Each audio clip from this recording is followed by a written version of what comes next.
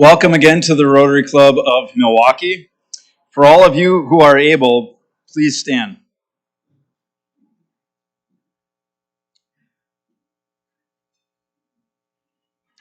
Parade the colors.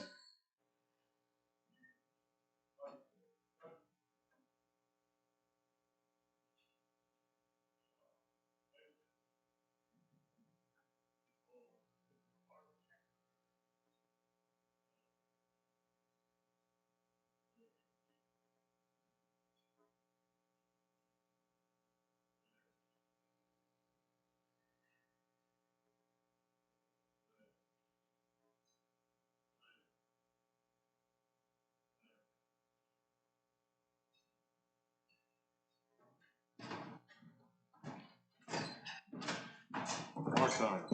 Mark. Detail. Oh. Thanks.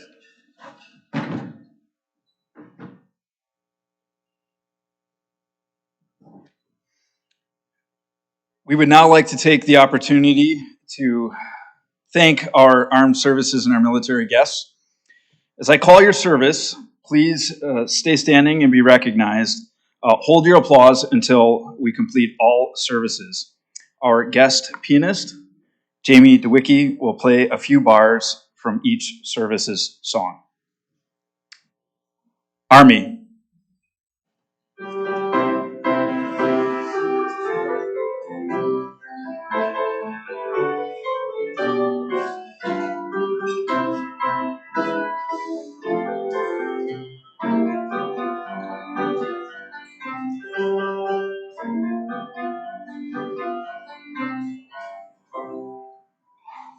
Marines.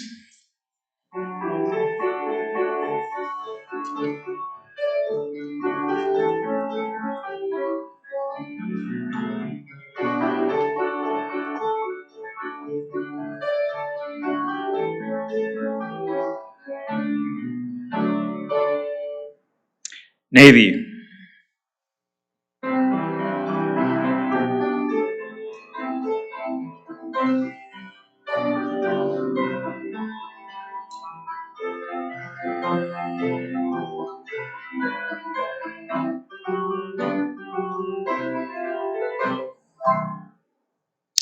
Air Force.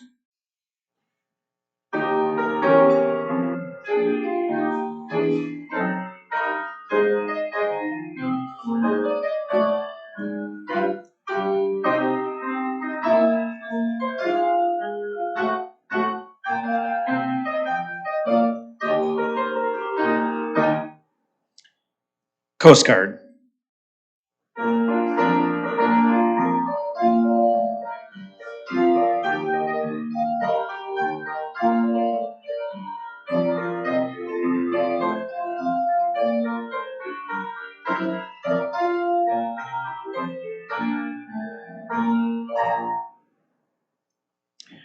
And Jamie will now play us the National Anthem.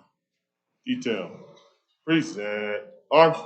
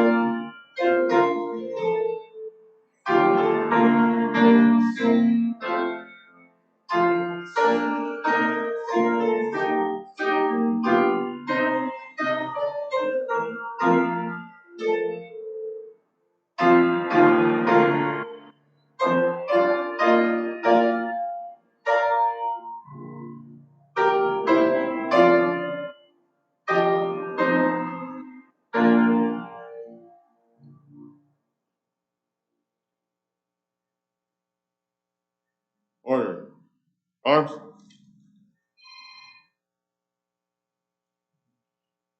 Right. Face.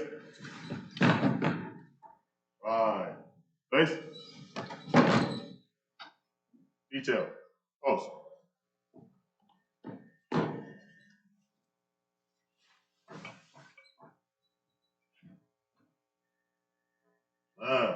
Face. Forward. March.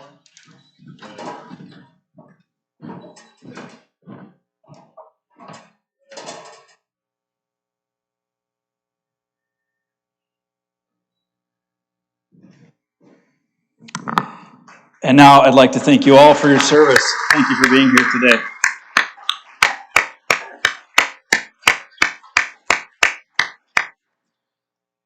We now have the pleasure of welcoming retired Army Lieutenant Colonel James McLean, Deputy Director of the Milwaukee VA Medical Center, to give our invocation.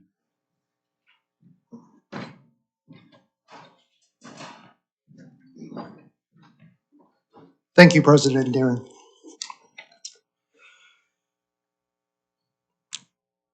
We must never forget why we have and why we need our military. Our armed forces exist solely to ensure our nation is safe, so that each and every one of us can sleep soundly at night, knowing we have guardians at the gate. On the battlefield, the military pledges to leave no soldier behind.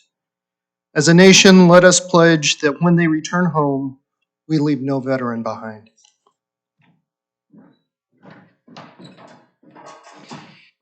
Thank you, Jim. Thank you also to Jamie for being here today to play the piano for us. So duly appreciated.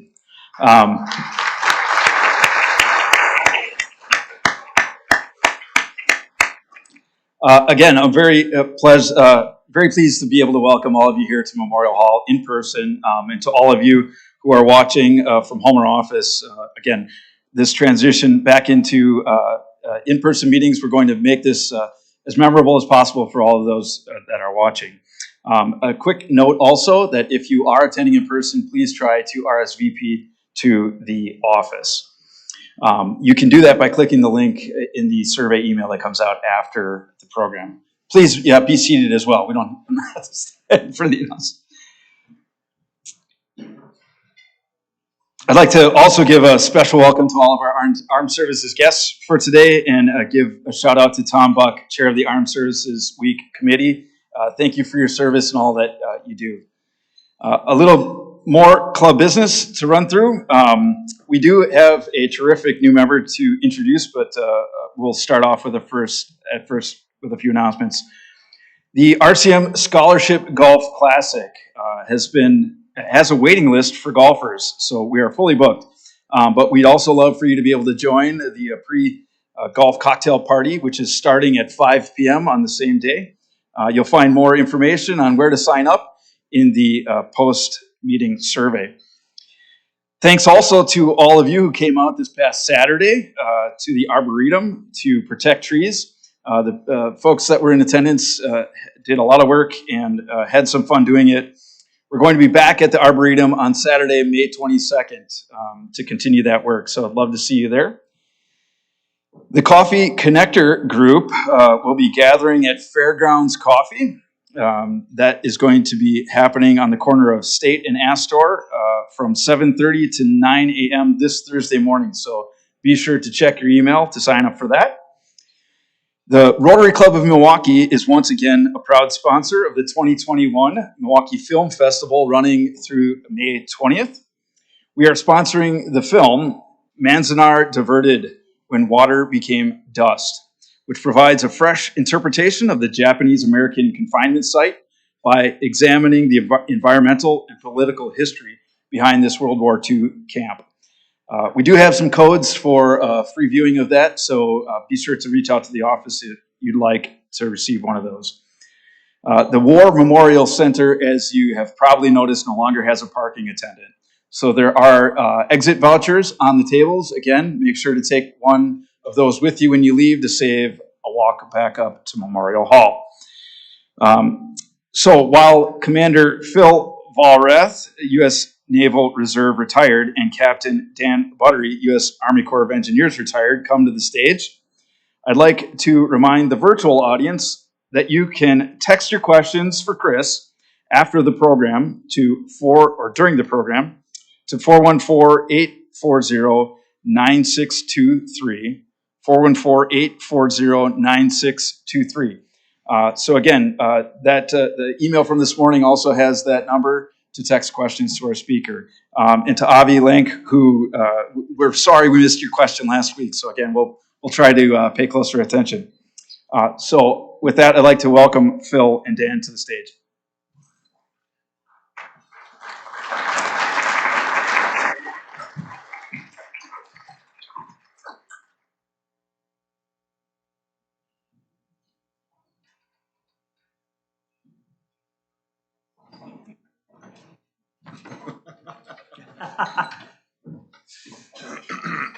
Thank you, President Aaron. It is my honor and my privilege to be able to present a new member today, Dan Buttery, who many of you may know is the president and CEO of the War Memorial Center. So we're very, very happy to have him as part of our club. He has as part of his past experience, he's been an owner, CEO, and CMO of Argus Investment, Inc. He did business as HVT Marketing from 2004 through 2020. He was assistant secretary there. He was with the Wisconsin Department. He was assistant secretary with the Wisconsin Department of Veterans Affairs from 2015 through 2017. And he served in the U.S. Army, where he was enlisted and got his commission through OCS. He became a captain in the Army Corps of Engineers. In his community and civic involvement, Dan is a founder and president of the board of the Fisher House of Wisconsin, which he served in this capacity from 2004 to 2020. He served as assistant secretary, Wisconsin Department of Veteran Affairs from 2015 through 2017. And he served in the U.S. Army. He got his OCS commission in the Army. And then he served as a captain in the Army Corps of Engineers. He was also with the Warrior Partnership Program of the Medical College of Wisconsin. And he was on the Southeast Wisconsin Task Force to prevent veteran suicide, which he served from 2020 to the present. He is very much committed to Milwaukee, very much committed to the War Memorial Center. He currently lives in Waukesha, and with his wife Patty, and his favorite hobbies are history, military documentary, and books. So he is overseeing the program that we'll be looking at, that we can see already beginning, for reshaping and expansion of the War Memorial grounds. And he's already done a wonderful job of exhibits and program running here within the War Memorial Center. So it was with great pleasure that we introduce our new Rotarian, Dan Buttery.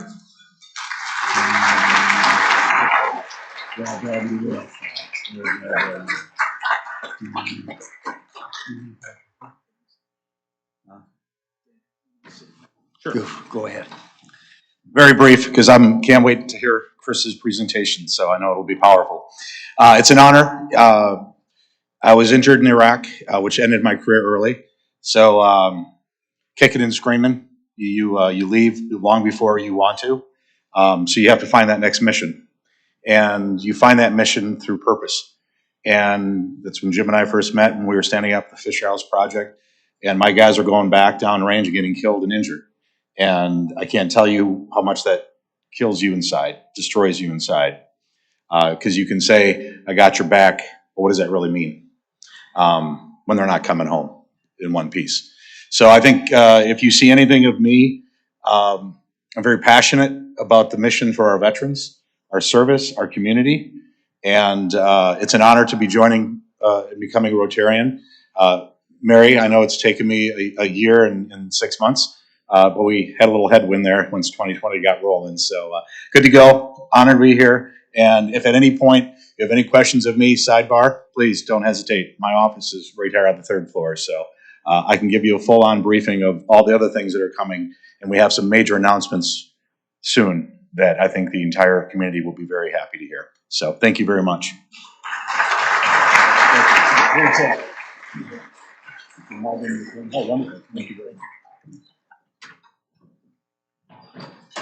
Thank you very much, Don.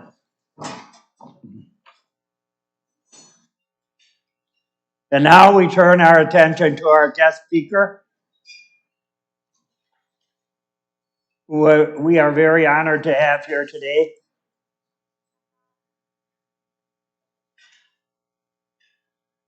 He is PhD and Army retired Colonel Chris Kolenda.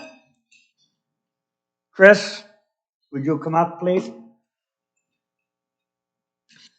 I would like you all to know that Chris was engaged for us by our executive director, Mary McCormick. So she did a fabulous job in bringing Chris to us. Chris will discuss the vital lessons of the Afghanistan war and the implications of the U.S. troop withdrawal on American national security. He is the first American to have fought the Taliban as a commander in combat, and he also engaged the Taliban secretly in peace talks, which was a very major issue. His son is a Trident missile tech on a nuclear submarine, on a ballistic missile submarine. Chris lives in Milwaukee. He is the founder of the Strategic Leaders Academy, where small business owners and nonprofit leaders work together to build great teams that drive business. If I'm accurate here, Chris says that the Taliban would like to work with the United States in their drive to battle their enemy, ISIS.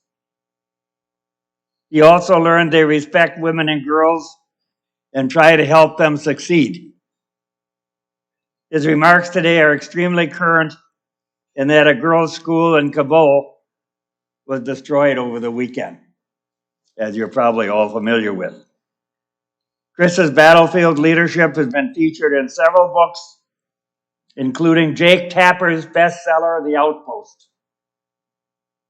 He is the author of 3 books, Leadership, The Warrior's Art, The Counterinsurgency Challenge, and Zero-Sum Victory, What We're Getting Wrong About War, which is coming out in this October.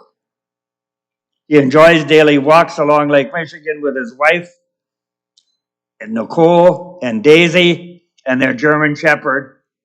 His 2022 goal is a cross-country bike ride to visit the grave sites of his 6 fallen soldiers and to raise funds for a leadership endowment.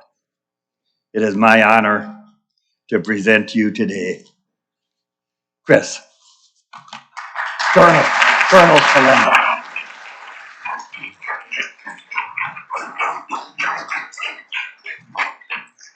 Thank you very much for that really kind introduction, Phil. And thank you to Mary and Melissa and everybody at the Rotary Club for this opportunity. Jamie, that was an awesome rendition of all of the service songs. So really, really well done. And thank you for mentioning my son, Jake. who is transferring from Kings Bay, Georgia to Washington. So he's a Trident missile tech on a ballistic missile sub, and his submarine won best nuclear submarine in the Navy recently. And now he's going to teach other Trident missile techs how to safeguard America's strategic weapons. So well done, Jake. In 2008, then Senator Joe Biden visited what was called Combat Outpost Bostic. And he was there with then Senators Kerry and Hagel. And when the president gave his speech on Afghanistan a couple of weeks ago, he mentioned a visit to the Kunar River Valley in 2008. That was that visit. He came to our outpost. And I'm going to share some of the things with you today that I shared with him 13 years ago now. And it stuck with him because he consistently mentions this trip to the Kunar River Valley. So these are the three things that I'm going to focus on today. The first one is you don't create new wins with old thinking. You got to think differently to create new wins. Second is if you want to grow, you've got to balance vulnerability and security. And finally, you cover a lot more ground building bridges than you do digging trenches. This is Combat Outpost Bostic, or was Combat Outpost Bostic. And you can see it's the triangular shaped thing on the left side as you're looking at it. There's the Kunar River. And that is the Kunar River Valley that President Biden mentioned in his talk. Now, from that vantage point, you can look down on, of course, on our main outpost. And from that vantage point, the Taliban used to shoot rockets several times a month on that outpost. Now, a 107 millimeter rocket has about 25 pounds or so of explosive that will send shrapnel the length of this room. It can take off arms. It can, of course, it can kill you. And we would get these rocket attacks several times a month. And fortunately, they're very inaccurate. So most of them would hit off the base, but some would hit on. And we had a couple of soldiers wounded in a rocket attack. And in the meantime, this was the summer of 2007. This area that we were operating in was among the most violent in the country. So we're dealing with Taliban rocket attacks. We're dealing with major attacks on all of the 7 outposts that we had. And I got tired of the rocket attacks. I had 800 soldiers in harm's way. And we needed to deal with this. But I wasn't satisfied that dealing with it in the conventional way of doing a military operation into a very remote village to try to find who was shooting the rockets at us, I wasn't satisfied that was going to work. And so we gathered the leaders together and said, what are we going to do about these rockets? And people, thought of the conventional answers. And then finally, my Afghan army counterpart, a gentleman named Lieutenant Colonel Sher Ahmad, said, why don't I go visit them? Now, at this time in 2007, the idea of the Afghan army on its, doing operations on its own was almost unheard of.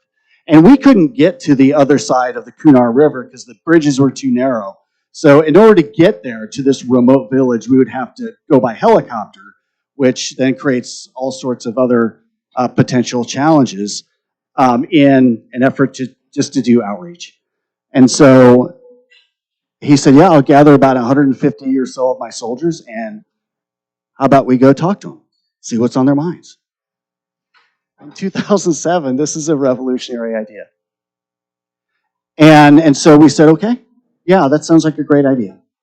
And so we're on pins and needles the entire time as his army, Afghan army, they're in like Toyota Hilux trucks. So like Toyota pickups, and they're all sort of crammed in the Toyota pickups. And they're going up the switchbacks into this remote village, and we soon lose visual contact with them, except from some aircraft overhead, thanks to the Air Force and the Navy, who were providing that. And he was gone all day. And we're on pins and needles, just hoping they don't get in an ambush, get in a big firefight. We had no idea what was going to happen. And at the end of the day, we see them finally coming back. And like, thank goodness. And he comes back to the outpost and said, so, Sharamad, what did you find out? He said, yeah, they're allowing the Taliban to shoot rockets at us right from that place. Okay. What else did you find out? They really want their kids to go to school. And I visited their school, and they've got about 350 kids. And it's not really in a building, it's just got 3 walls, no roof. Kids don't have anything to write with or write on. There's one chalkboard that is maybe, I don't know, the size of 2 of these books put together. And the kids would come up and take turns writing on the chalkboard. Or they would draw their letters and numbers in the dirt with a stick. And so that's very interesting. Said, yeah, they've lived for the last 20 years at that point, nearly 30 years of continuous conflict in Afghanistan, with their kids not being able to go to school. And they've seen the effect it has. And they really want their kids to have some school. So in the meantime, we processed all that. In the meantime, people had been sending notebooks and pens to us. School supplies to us, because we asked them, don't send us candy, send us school supplies. And so we had like huge containers full of them. And so we looked at Sharamad and we said, hey, would you be willing to go back there? Of course, they're wonderful people.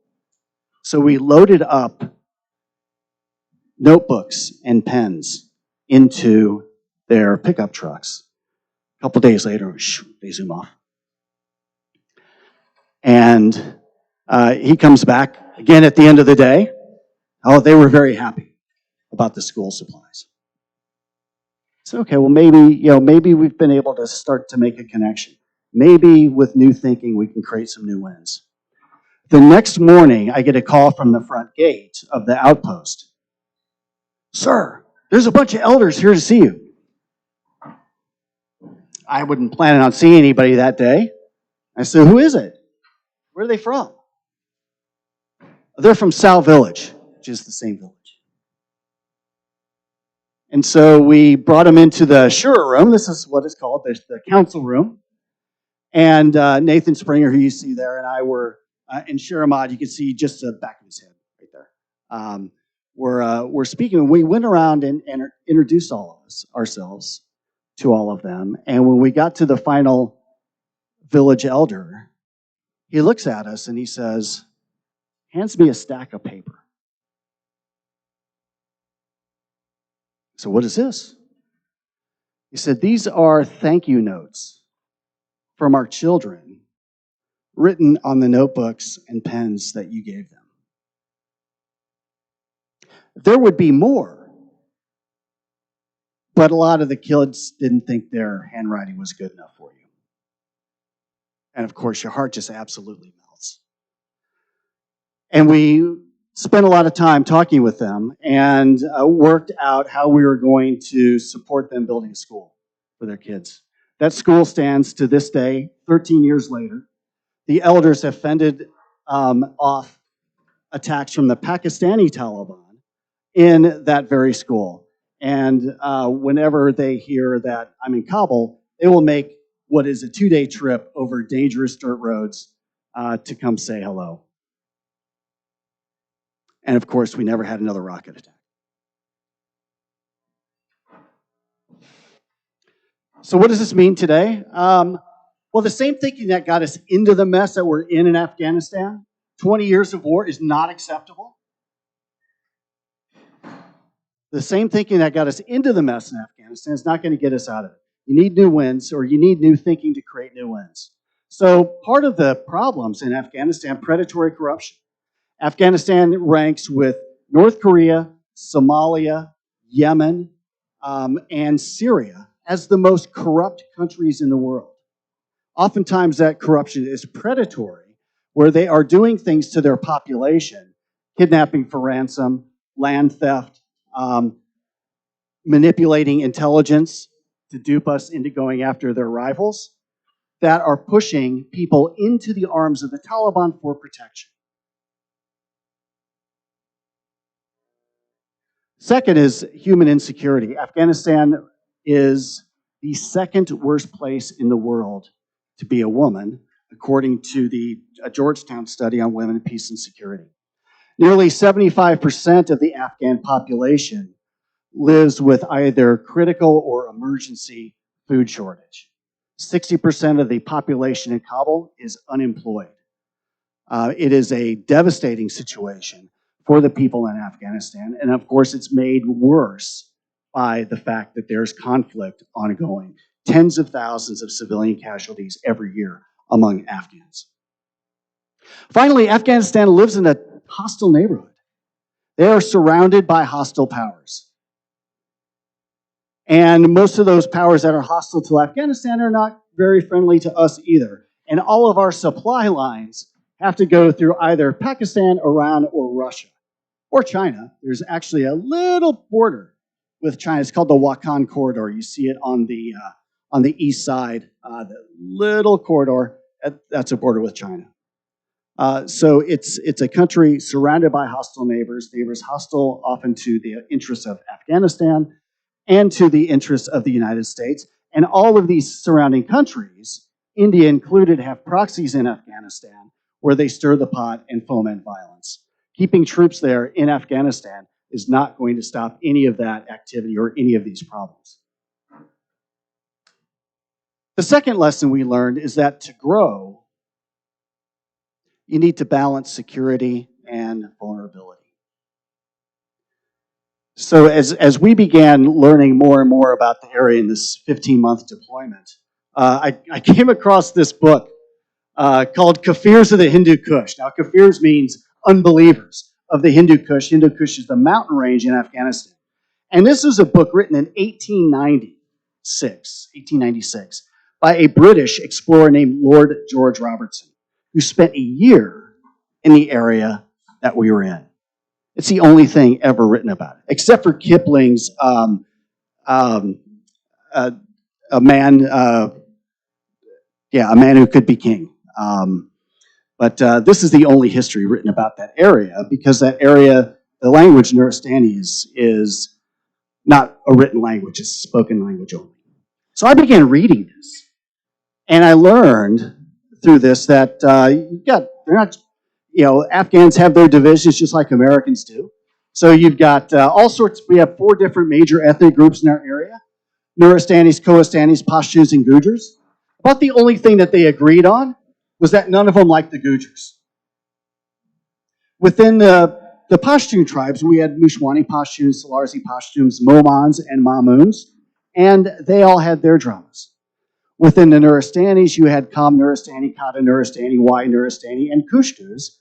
All of them had their dramas and concerns. And then within the Kam tribe, you had the Merakdari, Garakdari, Utadari, Sukdari tribes. All of them have their challenges too. There are also squabbles in the area dating back to the Afghan-Soviet War and blood feuds that had lasted decades. A lot of that, not the contemporary stuff, but from 100 years ago, is written in here. And I was reading it, and I started asking people about the personalities in the book. And I spoke with one elder, and I said, "What can you tell me about Torag Merak?" His eyes light up. "Torag Merak, he was my great-great-grandfather." "How do you know this name?" "You must be reading Robertson." And so as we started to learn more and more about the people in this area, and about their histories and what was important to them, we began focusing on building relationships rather than trying to chase insurgents to the mountains. And Joey Hutto, who is pictured here on the left, eventually gets invited to dinner with the elders. Now, we didn't know, because he was in the most violent of our areas, we didn't know if this was going to be a trap. We didn't know if they were setting him up. But they used the term Milmastia, which in Pashtunwali means guest. And when an Afghan says you're a guest, they vow to put their lives on the line to protect you. So Joey takes off his body armor, sets aside his weapon, takes off his helmet, and talks to and goes to dinner with the elders. And he's there for a couple hours. And during that, they told him all about what they were upset, what they were upset about. The government corruption, the predatory behavior on the part of the government, and the civilian casualties, and what they called false intelligence. So people saying that their rivals were bad guys when they really weren't. They just wanted American forces to go after them. By being vulnerable, by taking off the body armor and the helmet and being willing to grow, Joey and people like Nate Springer and others began learning more and building relationships with Afghans. We would do this all the time. We called it armed diplomacy.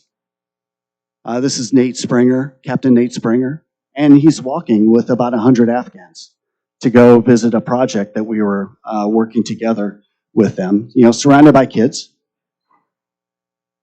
And we figured the more we get to know people and work together on common objectives, the more everybody's got an interest in our safety and security and lowering violence.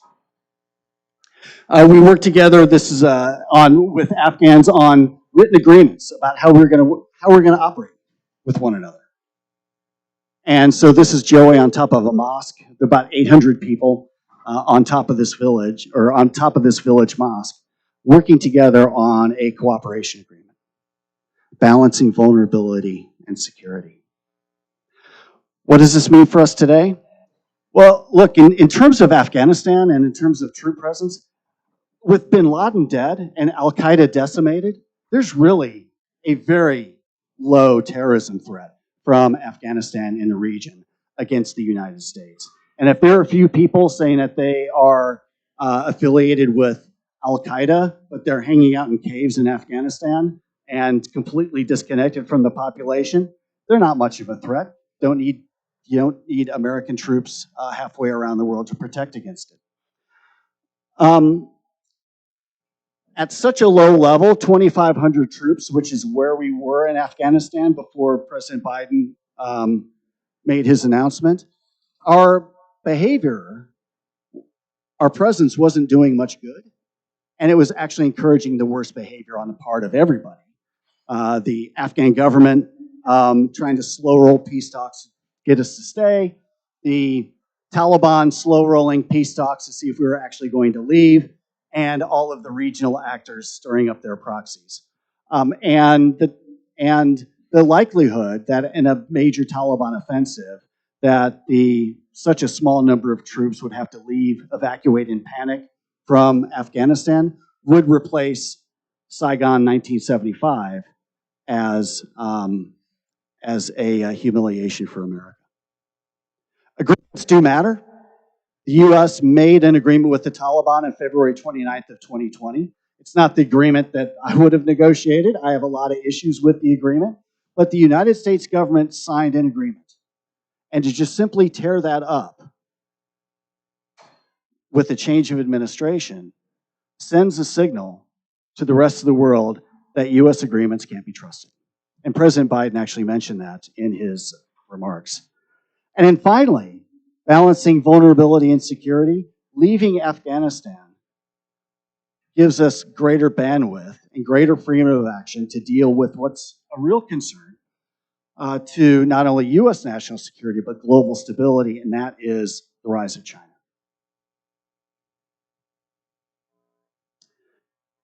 Third lesson is you gain ground by building bridges, not by digging trenches.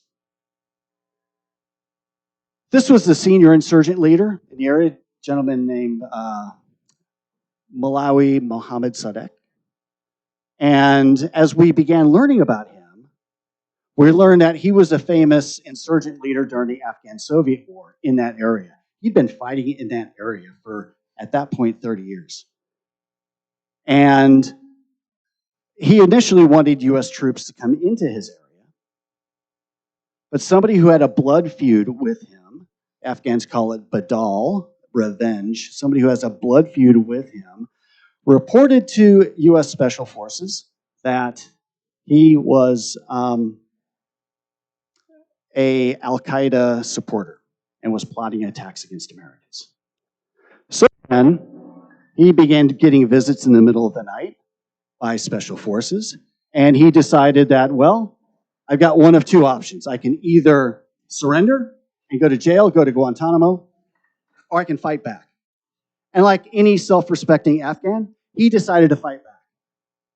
Look, if somebody was shooting up the east side, the North Korean army was shooting up the east side, the Chinese army was shooting up the east side, I don't know about you, but I'd be going Wolverine on them, from the old Red Dawn movie.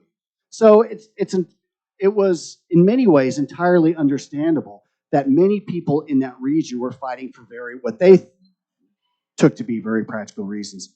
He was one of them. Through building relationships, we also knew that these two people who were senior members of the district council, the gentleman on the left is named Malawi Abdul Rahman. He was Molay Sadek's #1 student, favorite student ever. And the gentleman on the right, his name is Gul Muhammad. He was Sadek's best friend. So we knew that if there was a way to build bridges to these and other elders in the area and work on efforts of mutual, of common interest, that eventually this word would get back to him. And ideally, convince him and about 1,000 of his closest friends to stop fighting. That's exactly what happened. After about 7 or 8 months of this work, he signed an agreement with the elders that he was going to stop fighting. And about 1,000 of his closest friends stopped fighting too, because he was in charge of them. It was the biggest, probably, success since the overthrow of the Taliban in 2001. In 2013, I heard that he was in Kabul, and I was stationed there too. And so I asked to meet him.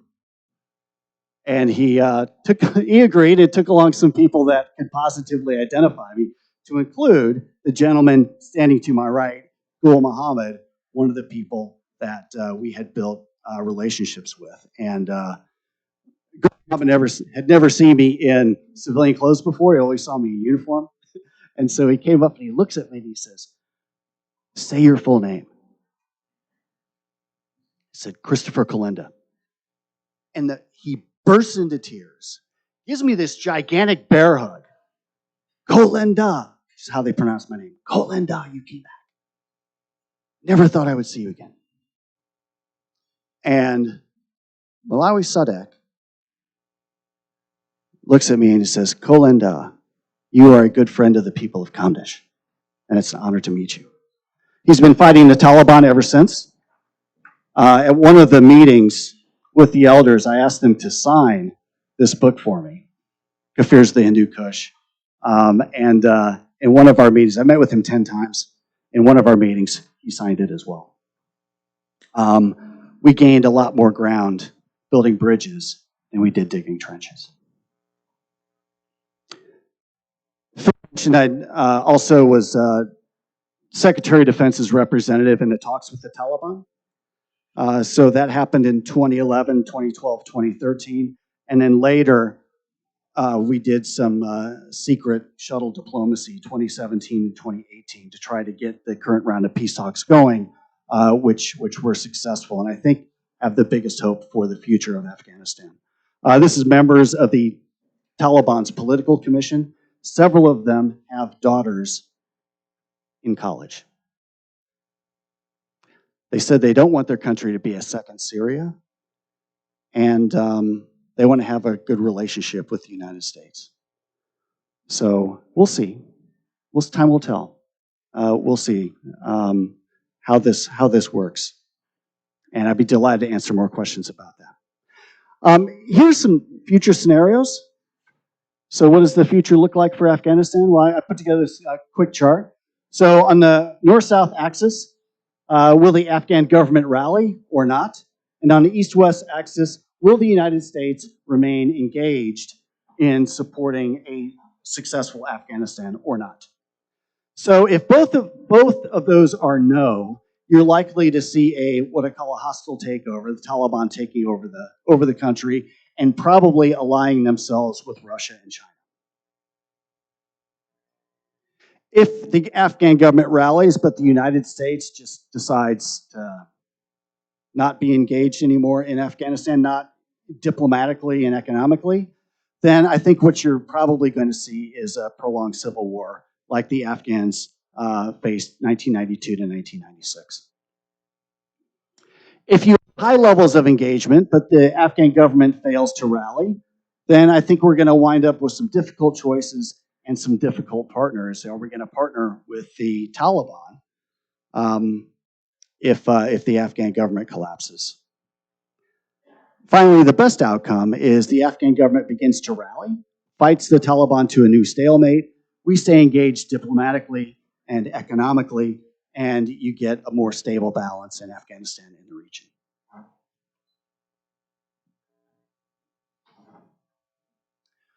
I do want to mention the 6 paratroopers that died following my orders. David Boris, killed by an improvised explosive device on November 12th of 2007. He's there with his wife, Jamie. Tom Bostic, one of Dave's best friends, there with his wife, Jennifer, killed July 27th of 2007. Tom placed himself between an enemy force and his command post while he was under direct attack and fought them so the rest of his soldiers could reposition to a better location.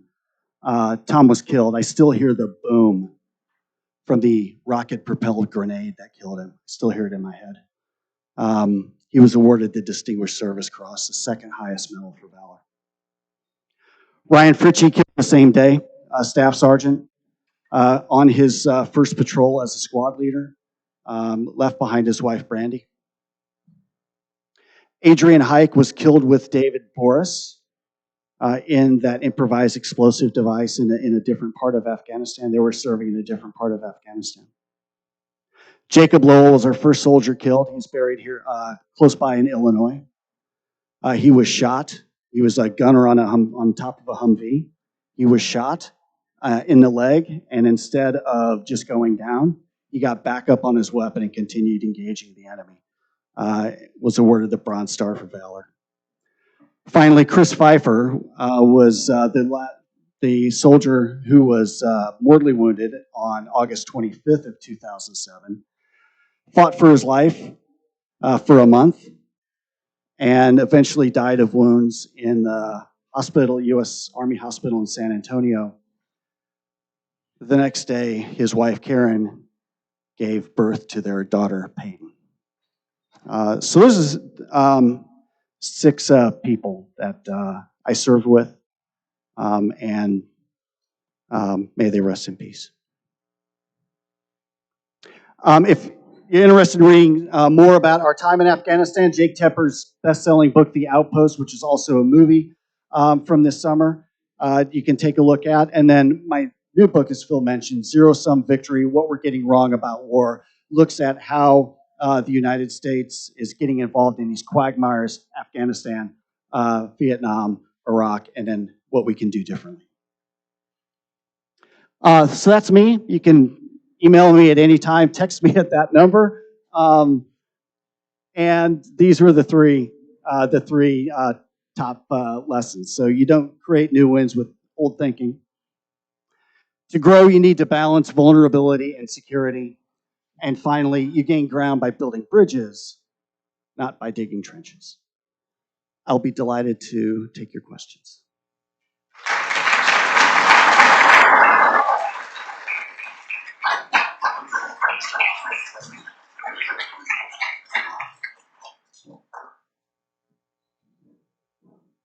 Yes, sir. In your chart to show Afghan government rallying, is that also another way of saying that they stopped the predatory corruption? And if so, what hope is there of that?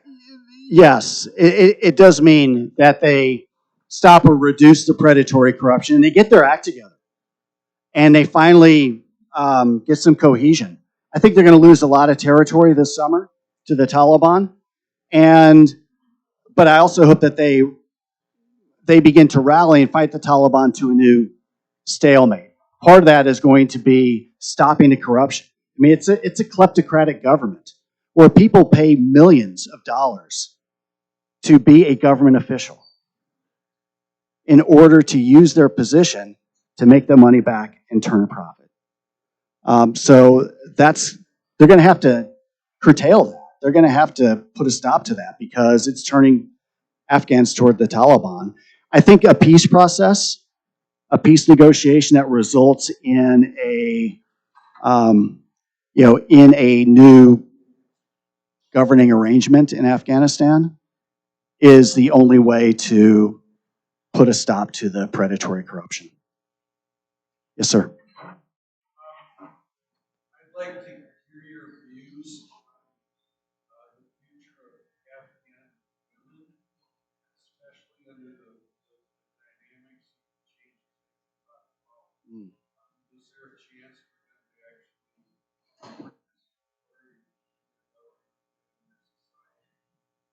It's a great question.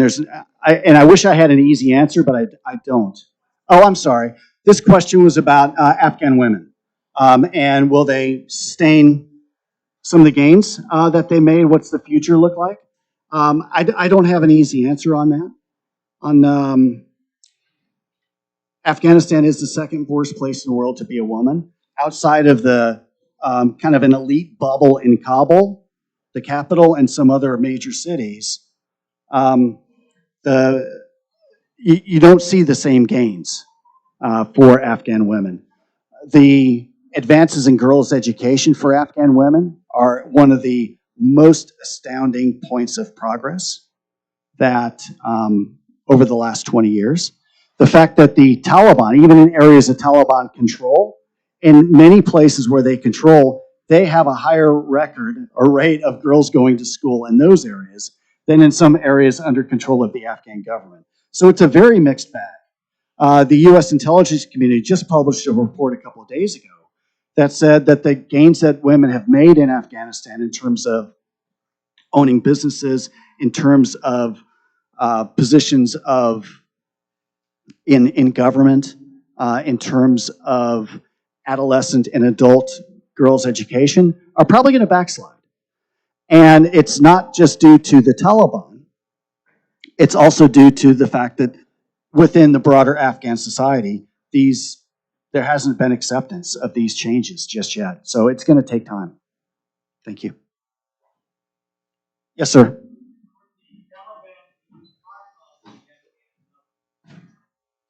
The question is, could the Taliban be part of the Afghan government? I think that's the likely outcome, even though they will say, we will not be part of this government. And the Afghan government will say, oh, well, as long as you come into the government, you're fine. Those are maximalist positions on both sides. I think what we're likely to see after a renewed set of fighting and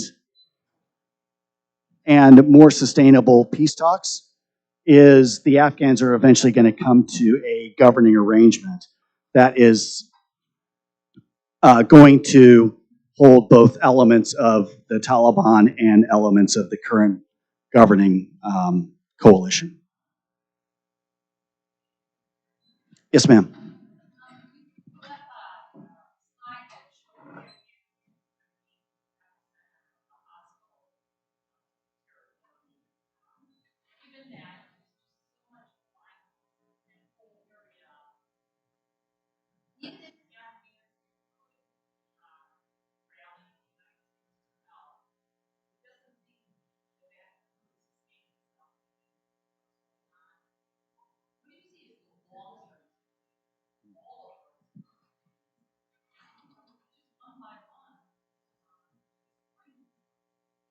It's a wonderful question. So what's the long-term solution in Afghanistan, given it's surrounded by hostile neighbors and neighbors that like to feed proxy militias that stir the pot in Afghanistan? It's a question that I think the United States and the international community have neglected for too long, because we've spent a lot of time trying to get the neighboring states on board with talks between the Afghan government and the Taliban. But what we haven't talked about is the regional relationships. Because right now, India fears that Pakistan is going to control Afghanistan and use Afghanistan to send insurgents into Kashmir. The Pakistanis fear that India and Afghanistan are going to team up to foment instability that might break apart the Pakistani state. China's got their interests in Afghanistan. Russia wants to see the United States get humiliated in Afghanistan. So they're all stirring the pot. And Iran has got their interests in Afghanistan as well, in Western Afghanistan and with the Hazara community, who are also Shia co-religionists. And so there actually needs to be a regional arrangement. I think probably includes Afghanistan being a diplomatically neutral country, similar to how Switzerland, after the Napoleonic Wars, was declared neutral. So none of the other neighbors could use Switzerland to launch attacks against the others. I think there's an arrangement like that that's probably necessary, that gives everybody in the region peace of mind that their adversaries are not using Afghanistan to destabilize them. Thanks, that's a great question. Yes, sir. One of the hardest things to try to understand with all the conflicts that the United States has struggled with for decades now is understanding the Shia Sunni split in various areas. To what extent is the stability that you're looking for ultimately from Afghanistan, some kind of resolution of the division between Shia and Sunni?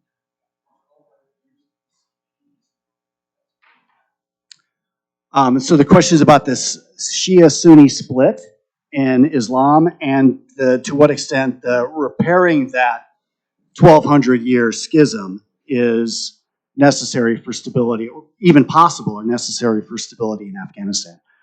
I don't think it's going to be repaired anytime soon. I don't know that it's necessary for peace in Afghanistan to repair that.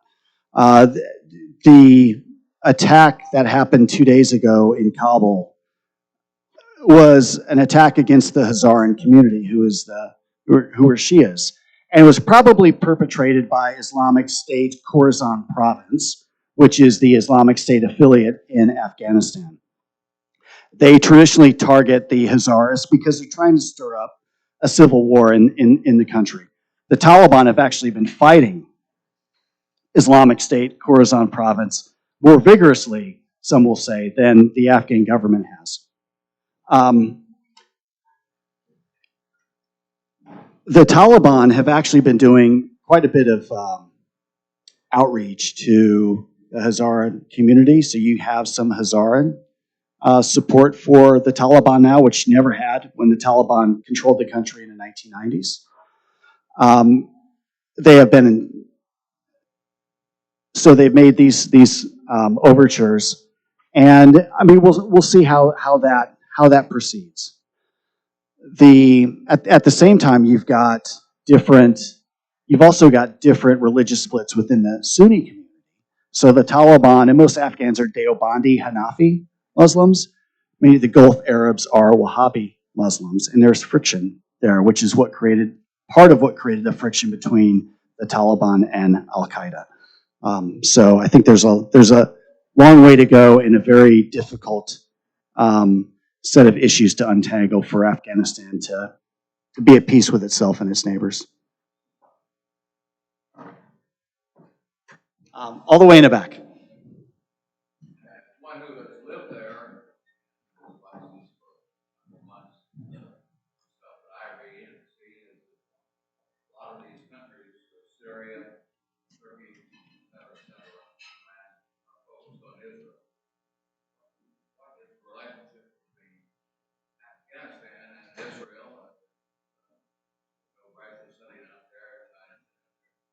seems like there's a coalition that is wipe out that whole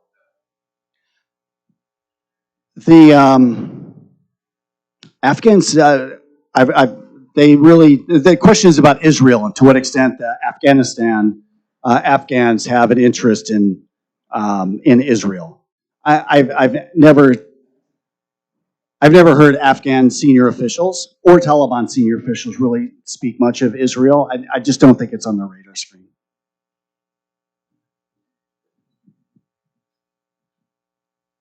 Yes.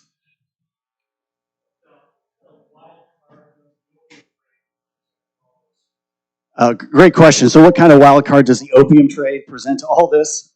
Afghanistan is the center of the world's opium trade.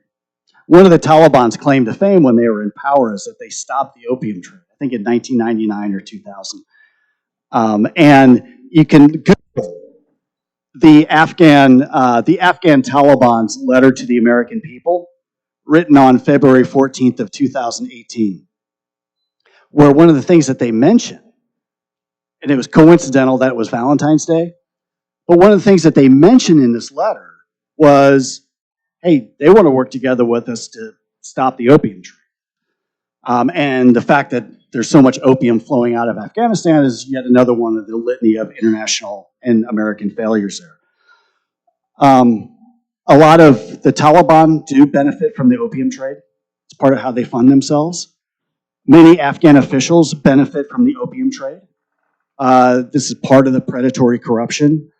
According to one gentleman, and I write Afghan official, and I write about this in Zero Sum Victory. He told me, I haven't been able to independently verify this, that there was a queue forming to be governor of, or not governor, chief of police for Helmand province, and it would, people were lining up to be the police chief in one of the most dangerous areas of the world, paying a couple of $1 million to do it, only planning to be there for 6 months at a time because that's about how long it took to make your fortune dealing opium as the police chief. So it's another very, very complicated issue that I think, all of these intractable issues, it's going to take a peace process to disentangle them.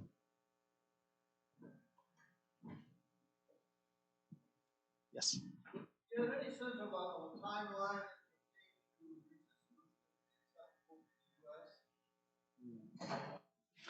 I think the United States has found its solution acceptable at this point, which is us leaving. In terms of what the Afghans come up with, I think the United States would pretty much. I'm sorry. The question is, how long would it take to find a solution, a peaceful solution in Afghanistan that's acceptable to the United States? And I think our ability to dictate terms to Afghans is very limited. And so I think the Afghans are going to come up with a solution that works for them. Now, what the United States can do and should do is apply benefits and penalties based on what that solution looks like. So if Afghanistan, if part of the agreement is Afghan women's rights and human rights are undermined, then I think the United States has to apply penalties, has to apply sanctions to that.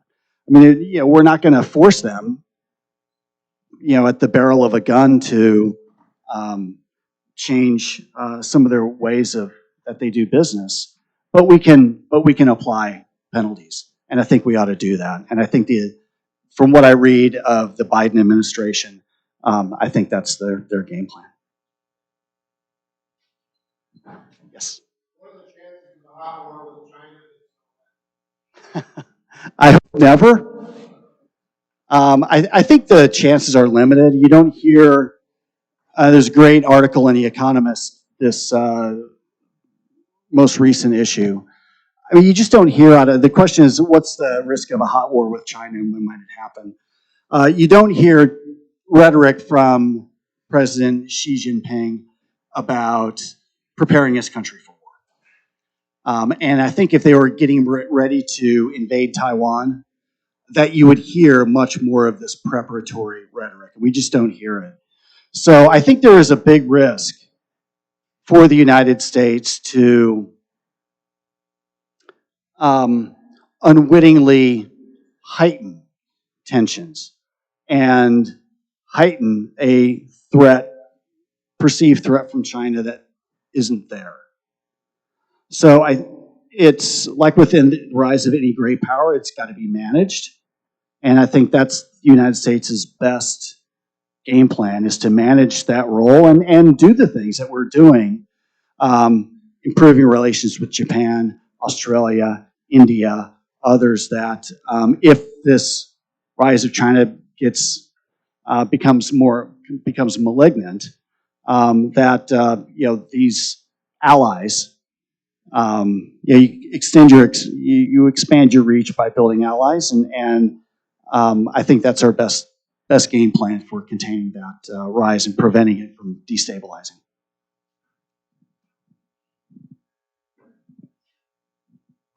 Thank you very much.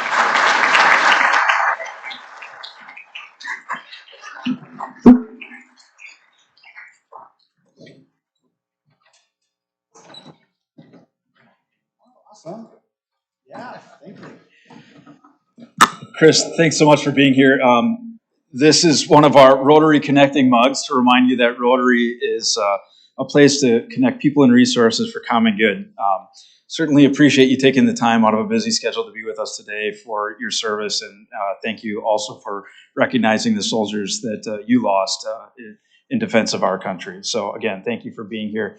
In honor of leaders like yourself who speak to our club members, we'll be making a donation in your name to the YWCA Southeast Wisconsin, whose mission is eliminating racism, empowering women, and promoting peace, justice, freedom, and dignity for all. So thank you so much for being with us.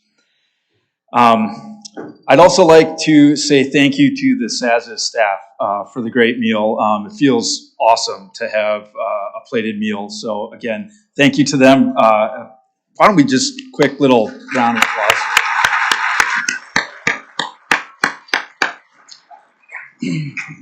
This Thursday at noon, tune into our snack program to learn about Havenswood, Wisconsin's only urban state forest located on our near north side. That's Thursday during our snack program. Next Monday evening, our own member Natraj Shankar will lead a virtual program entitled Formerly Incarcerated Individuals, Myths, and Opportunities. So check out the email after the program to sign up for that. Please also sign up to join us for more fun protecting trees at the Arboretum. That is happening on the 22nd.